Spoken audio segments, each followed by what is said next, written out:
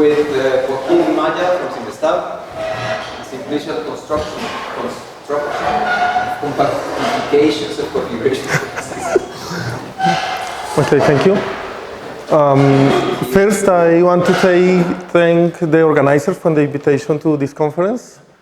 And this is a work in progress with Jacob Mostoy.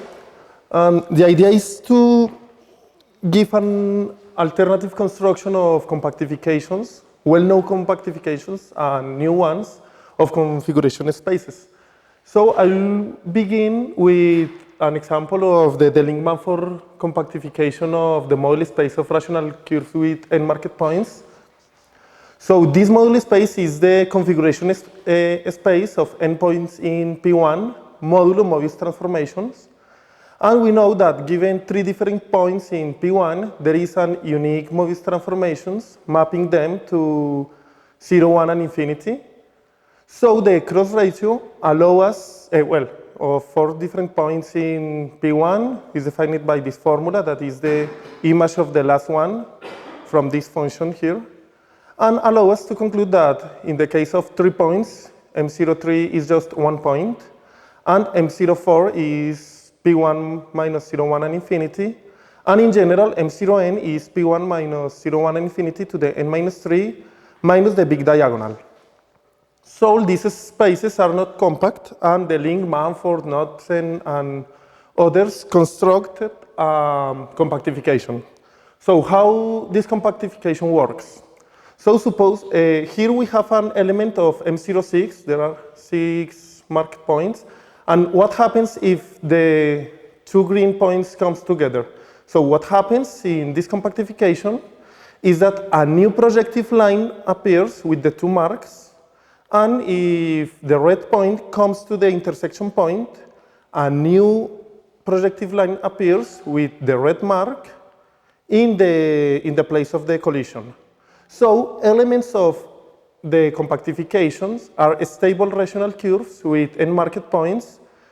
Such an element is a tree of projective lines with nodal singularities and n marked points. The only condition is that each projective line has to contain 3 special points, where the word specially means nodal, an intersection point, or marked points.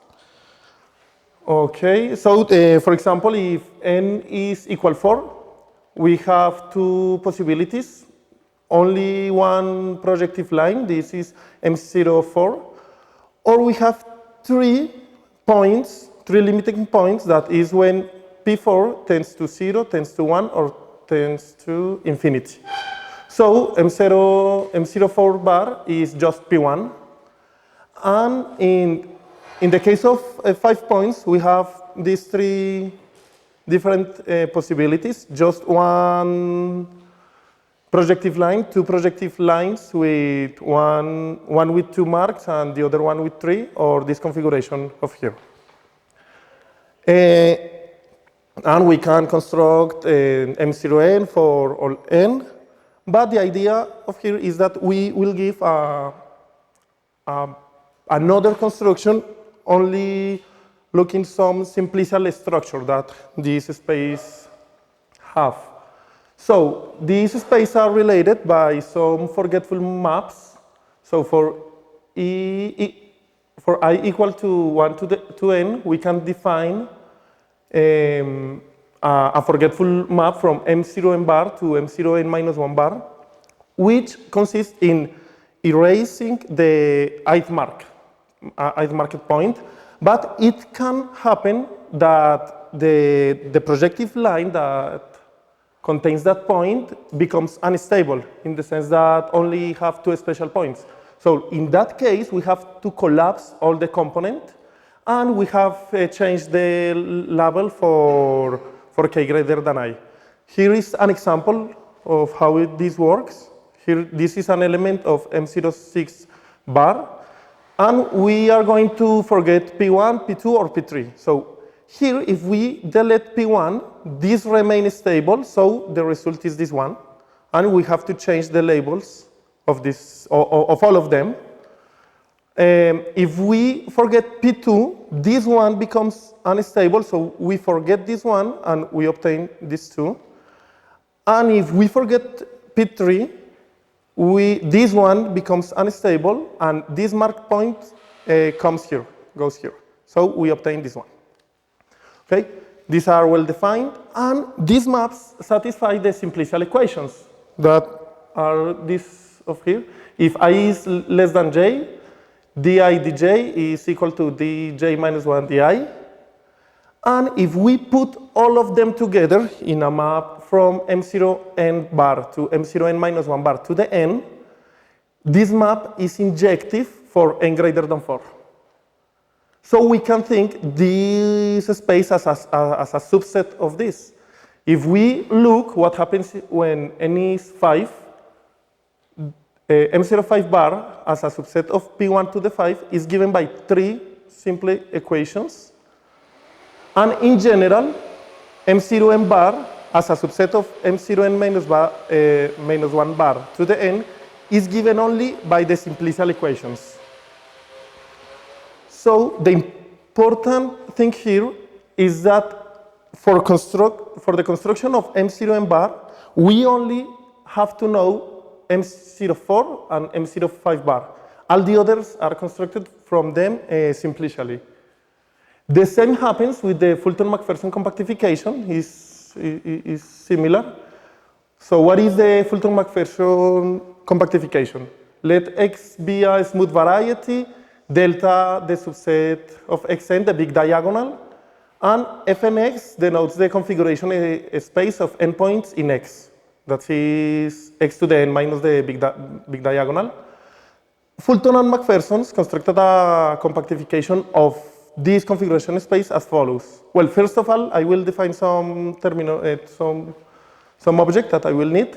So if I have a subset T of the set 1 to 3 n with cardinality at least 2, a screen for T, denoted by ST, is a collection of points in the tangent space of our variety, a point for each index in T, such that there is at least 2 different points of this VI, and 2 screens are equivalent if they differ by a translation or by a multiplication by a non-zero scalar.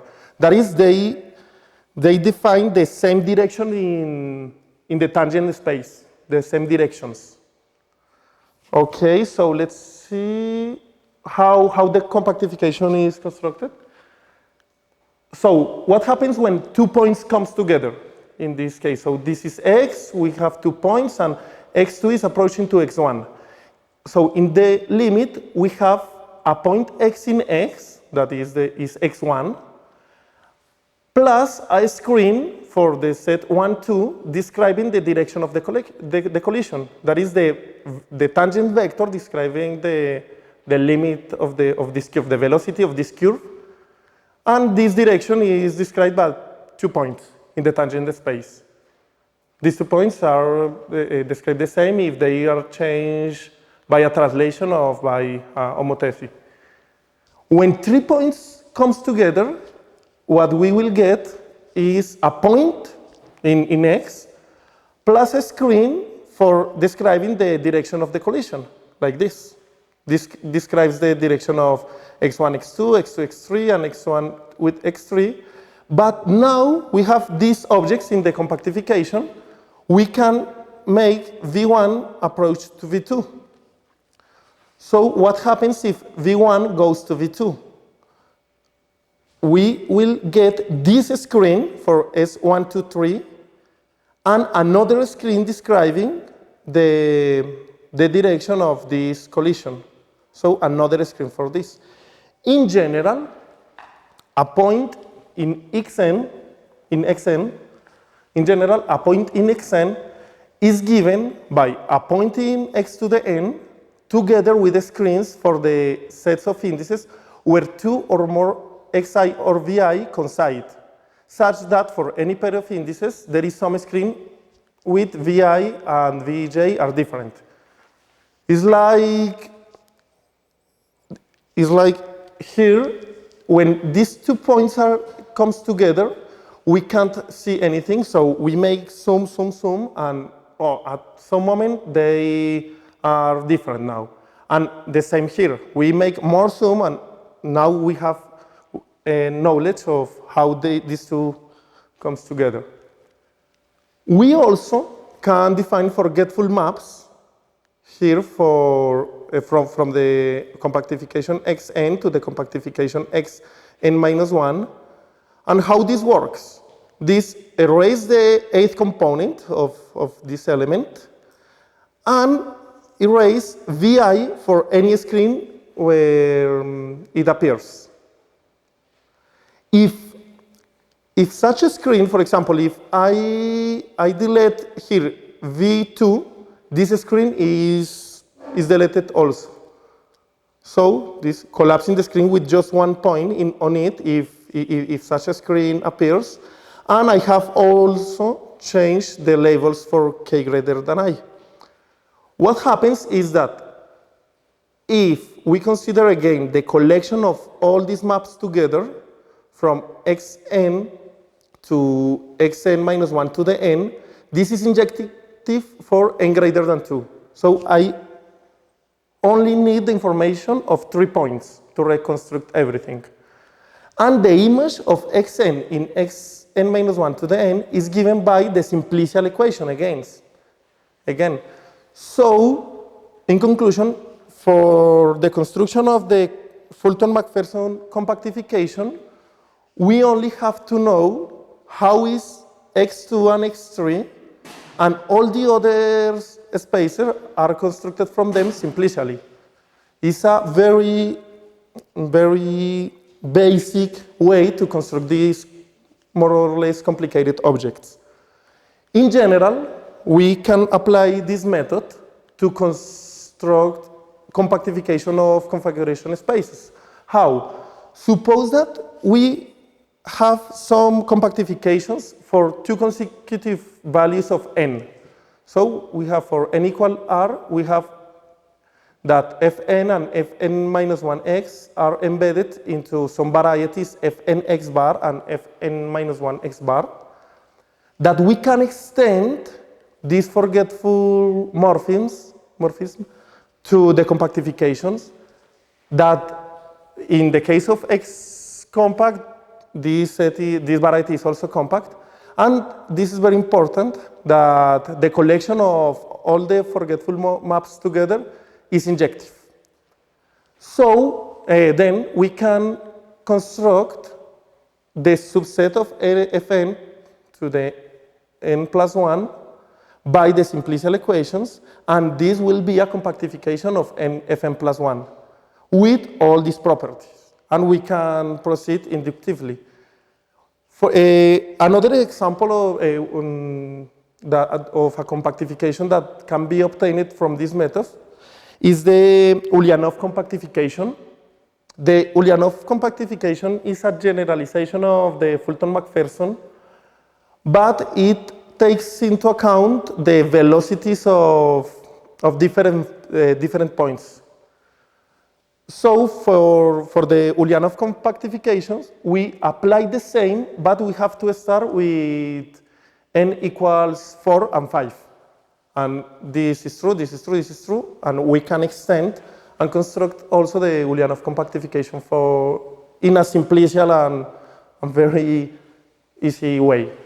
Well, I think that it was fast, and thank you.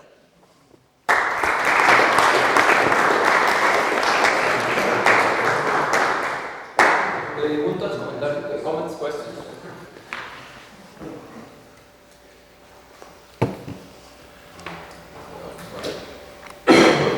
Thank you very much. So